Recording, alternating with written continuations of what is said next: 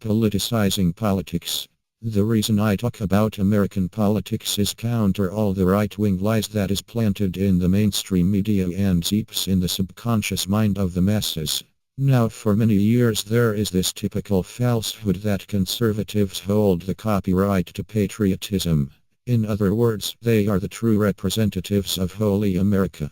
Oil company tycoons are more patriotic than the millions soldiers who dies for their freedom to live like sybarites. Yeah man, I want to be that guy.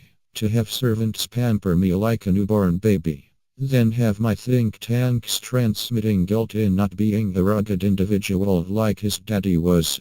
The Protestant work ethic only applies to Caucasian proletariats who believe in self-delusion and lies that hard work will give him a seat at the table of the ruling class. Their little room at the peak of the mountain.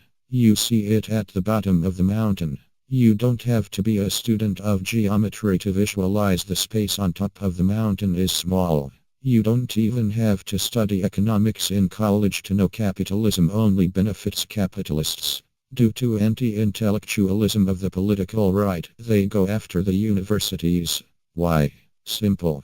They know their base are a bunch of stupid white guys who are brainwashed in thinking being a simpleton is a badge of honor and smart people are elitists. I'll bet you don't think that when a doctor catches a brain tumor in your MIR and saves your salt of the earth life. This is called obscurantism and it's the best social engineering money can buy. I just came across the most ignoramus talking point that any think tank came up with. Socialism is selfish. That's right, selfish.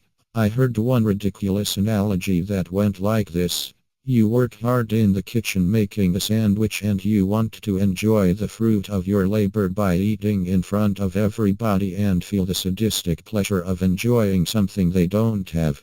Then the evil socialist government forces you to share that sandwich with someone that is hungry because we are all equal. After all, it was your labor that made that sandwich. Guess what, fucko?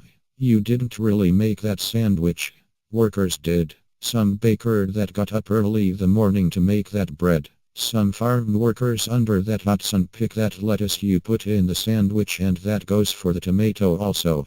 Oh, that slice of ham you put in done by a worker in a slaughterhouse that has blood on his apron.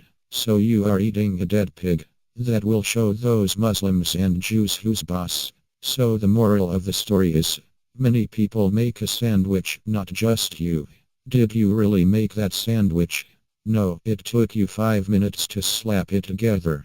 Now you go to church every Sunday. Didn't Jesus say, share and share alike? Yeah, I know, that was thousands of years ago, so fuck him. The political right has all the money. The only thing the so-called right has is to blame everything on George Soros. The right has way more money than the left has.